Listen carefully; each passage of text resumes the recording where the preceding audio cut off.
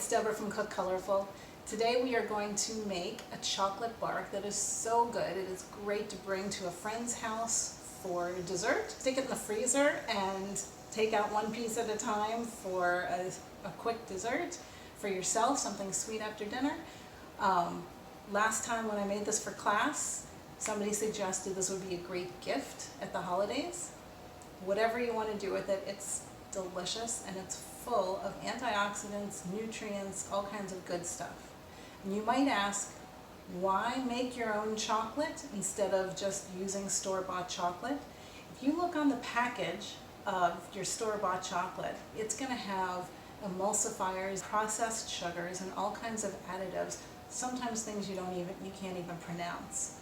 This way we can control what goes in and make sure that we're using good quality, nutrient-dense ingredients. So let's get started. Okay, so the first thing we are going to do is take a look at our ingredients. We have 8 ounces of organic cocoa butter, 1 cup of organic cacao powder. There is a difference between cacao and cocoa. Cacao is more nutrient-dense form because it has not been heated, but either will do. We have our sweetener, which is maple syrup with a little bit of allulose. You can use whatever liquid sweetener you like. Vanilla extract, pistachio meats with no shells, dried wild blueberries. Try to find some without preservatives or extra sugar. I love these ones from Trader Joe's. And finally, our Ceylon cinnamon. I like to use Ceylon instead of the cinnamon from the supermarket because it is much more anti-inflammatory. Okay, now that you've seen all the ingredients, we are going to grab a sheet pan. Really, any pan with sides will do. And we're going to cover it with parchment paper. This will make breaking it up so much easier later on.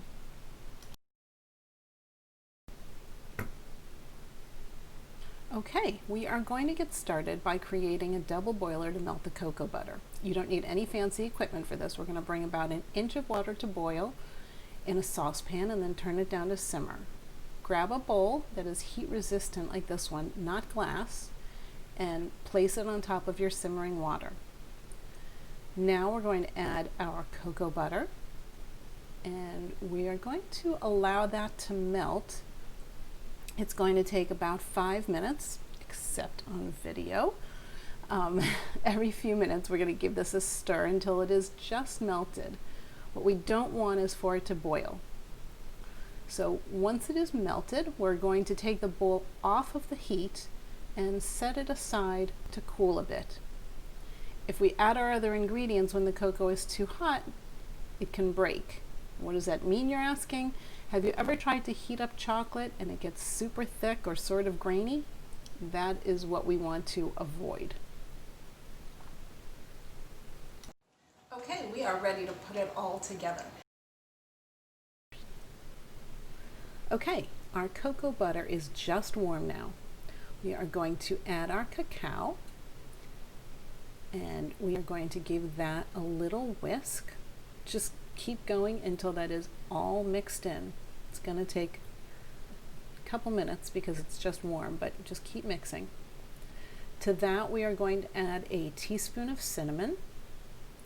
The cinnamon is a great addition to chocolate, but if you like it spicy, you could also try 1/8 teaspoon of cayenne. We're going to add a pinch of kosher salt, and then we're going to add all of our sweetener. Now this recipe makes quite a dark chocolate, but because of the natural sweetness of the blueberries, each bite will be just right when it's all together. So stir that together. If you see clumps from the cacao powder, just use the back of your spoon or a spatula, press them up against the side of the bowl until you have a nice smooth chocolate. From here, once you've got that nice and smooth, we're going to grab the sheet pan that we prepared earlier and we are going to pour all of the chocolate out, spreading it evenly all around the pan. I use a half sheet pan for this. If you like your chocolate thicker, you could use a 1/4 sheet. Once your chocolate is in the tray, it is time to add your toppings. Now feel free to swap out the fruit and nuts that we're using, the blueberry and pistachios, for whatever is your favorite. Cherries and almonds is another great combination. Cranberries and walnuts, coconut, cocoa nibs, the sky's the limit. Just make sure that when you do this, you spread your toppings all the way to the edge so that there will be some in every bite that you take.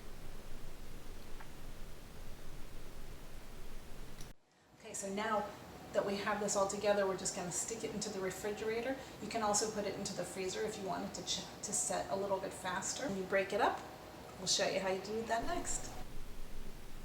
Now our chocolate is set.